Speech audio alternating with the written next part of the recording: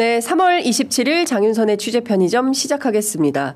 어제 이재명 대표에 대한 선거법 위반 항소심 재판에서 전부 무죄가 선고되었습니다. 관련해서 오늘은 더불어민주당 법률위원장 맡고 계신 이용 의원 전화로 연결해서 어제 법정 풍경 좀 여쭤보도록 하겠습니다. 자, 위원장님 나오 계시죠? 네, 안녕하세요. 네, 일단 축하드립니다. 아닙니다. 예. 어제 아침 라디오 출연하셨을 때만 하더라도 상당한 긴장감이 있으셨는데 오늘 네. 웃으시는 거 보니까 상당한 여유를 좀 찾으신 것 같습니다. 네, 아주 다행이고요. 네. 마음이 한결 가벼워졌고 당 법률위원장으로 어쨌든 좀 신경 쓰이는 지점이 굉장히 많이 있었는데 이렇게 잘 마무리돼서 다행입니다. 네. 제자리를 찾은 것 같습니다. 예. 어제 더불어민주당 이재명 대표 항소심 재판 이후에 오후 5시 긴급 의총이 잡힌 걸로 알고 있었는데요. 네. 이재명 대표는 참석하지 않고 의원님들끼리만 별도의 의총을 가진 걸로 알려져 있는데 의총장에서 주로 어떤 얘기들이 좀 나왔습니까? 일단 다양한 의견들을 좀 나눴고 네. 이제 주택에는 아직 윤석열 탄핵 선고 일정도 잡히지 않은 상태에서 계속 지연이 되고 있기 때문에 그렇습니다. 이 부분과 관련해서 다양한 방안을 좀 모색을 해서 네. 좀 총력 대응을 해야 된다. 그다음에 마은혁 재판관 임명과 관련된 부분들도 계속적으로 우리가 좀 관철시켜 나가는 노력들을 해야 된다. 네. 그다음에 그것과는 별개로 어쨌든 산불 문제가 굉장히 좀 심각한 상황으로 흘러가고 있어서 그렇습니다. 이런 인생 현안도 좀 한 축으로는 되게 중요하게 챙겨 나가야 된다. 예. 이런 정도의 얘기들이 좀 오고 갔었습니다. 이재명 대표 항소심 결과에 대해서는 말씀들을 안 나누셨습니까? 다들 저하고 비슷한 심정들이시죠. 네, 굉장히 의원 탈방이든 요청장에서든 네. 다들 이제 그런 결과에 대해서 안도의 어떤 생각들을 하고 계시고요. 가장 기억에 남는 인상에 남는 한마디는 어떤 거였습니까? 어제 법정에서부터 또 의총에 이르기까지 굉장히 많은 의원들께서 현장에 나가 계시기도 했었는데 법정에도 계시고요. 예. 제가 이렇게 얘기했습니다. 예. 주문 원심 판결을 파기한다. 피고인은 무죄. 딱 그 한 줄로 예. 딱 이렇게 낭독을 했습니다. 그래서 단텔방에 아니면 제가 의원님께서 올려주신 그 내용을 광화문 현장에서 박선원 의원님과 함께 있을 때 모경종 의원께서 그걸 읽어주셔가지고 현장에서 환호성이 터졌습니다. 거리에 계신 시민들께서 너무 궁금하셔가지고 어제 저희 취재편의점이 이재명 대표 그 항소심 재판 그 무죄 선고를 제1보를 대한민국 언론사상 저희가 최초로 날렸습니다. 아, 그랬어요? 네, 지면에 나오기 전에 그것은 다 모두 우리 이용 위원장님께서 그 실시간으로 올려주신 글 덕분에 저희가 1보를 할 수 있었다라는 말씀을 좀 드리면서 모르셨을 것 같아서 제가 전해드립니다. 아이고, 고생하셨습니다. 자, 사건 속으로 조금 들어가 보도록 하겠습니다. 앞서 말씀드린 대로 이 사건 쟁점, 그러니까 주요하게 따져보면 이제 세 가지 쟁점인데 이 쟁점들에 대해서 전부 무죄가 나온 것입니다. 예, 특히나 이 사건에서 집중해서 봐야 될 대목은 재판부가 검찰에게 공소장 변경을 요청한 사실 아니겠습니까?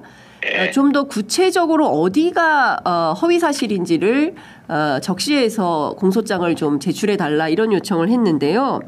그 내용을 볼 때 의원님께서 분석하시기로는 이번 재판에서 제일 중요한 게 일종의 이제 거짓말 재판 같은 거였는데 이번 재판을 쭉 흘러가는 과정에서 재판부가 주목해서 본 것은 어떤 것이고 재판부가 어떤 관점에서 전부 무죄 판결을 했다 이렇게 분석하십니까?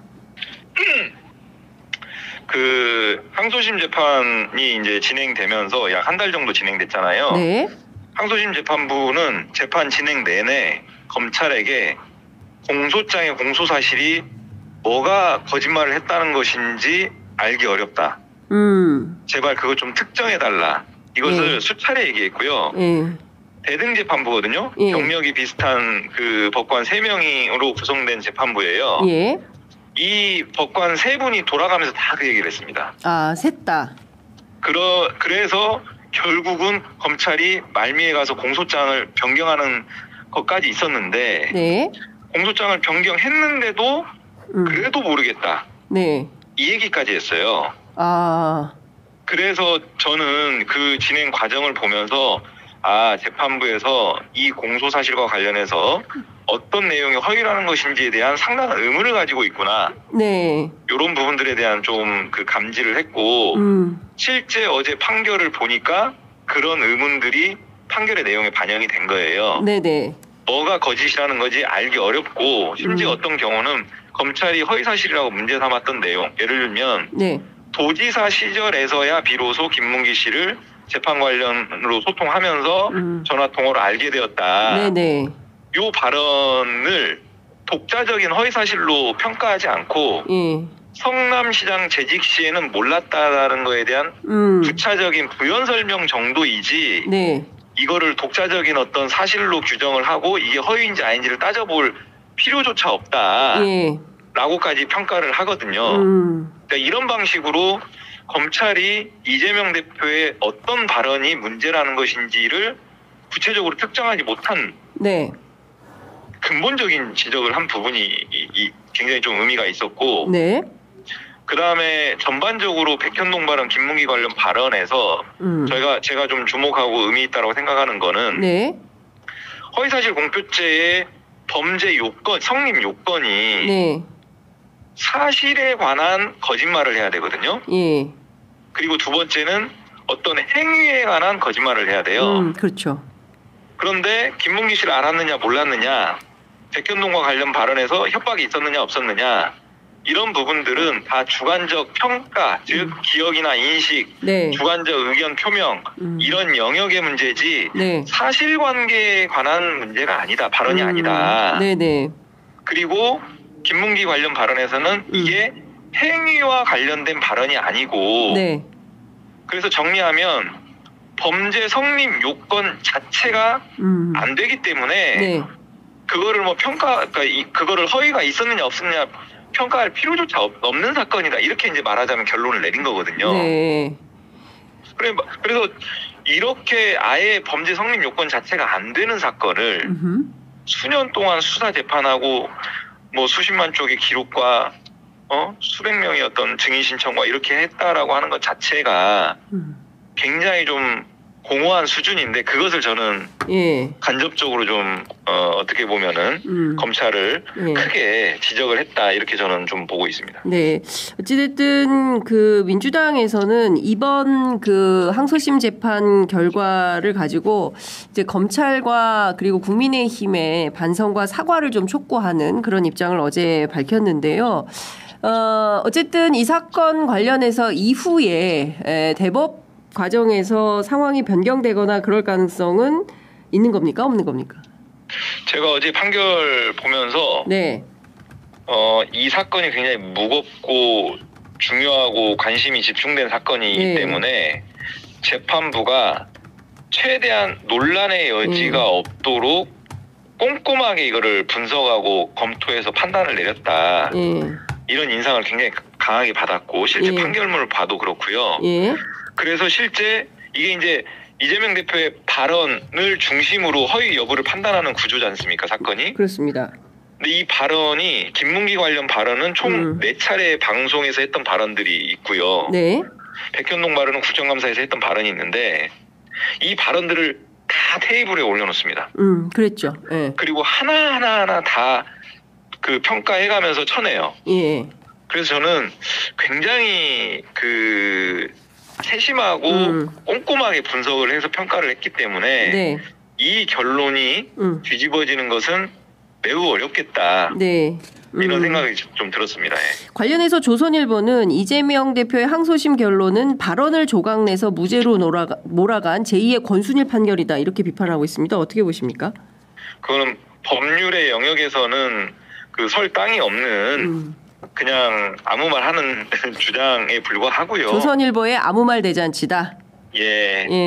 법리적으로 보면 애초에 우리가 계속 얘기했던 것처럼 인식과 기억의 문제다. 그리고 이런 의견 표명의 문제다. 주관적 의견 표명의 문제다.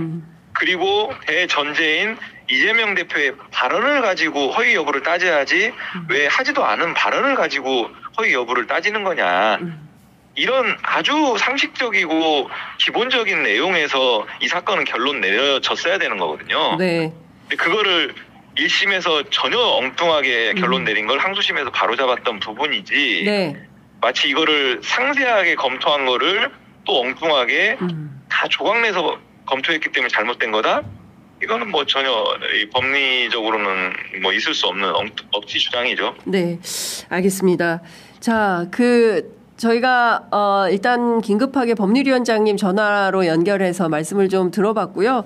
조만간 스튜디오에 모셔서 다시 좀 상세한 말씀을 좀 들을 수 있는 기회를 마련하도록 하겠습니다. 오늘 말씀은 한 가지만 말씀드릴까요? 네, 한 가지만 더. 네. 예, 이게 지금 어쨌든 2심에서 이렇게 아주 꼼꼼하게 결론이 났기 때문에 네. 대법원에서 소위 3개월 안에 끝내야 된다. 이런 조희대 대법원장의 어떤 이런 의견들이 실제로 그게 쉽지는 않은 상황이 됐고요. 네. 그리고 결론이 뒤집어질 여지도 없기 때문에 헌법재판소에서 이 사건을 염두에 두고 이렇게 사건을 지연했다라는 어떤 계속 비판을 받잖아요. 네네. 더 이상 그러면 안 된다.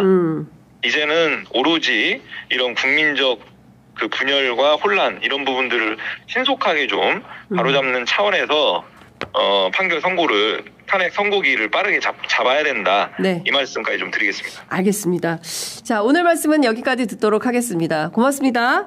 고맙습니다. 네, 지금까지 더불어민주당 법률위원장 맡고 계신 이용호 의원과 함께했습니다.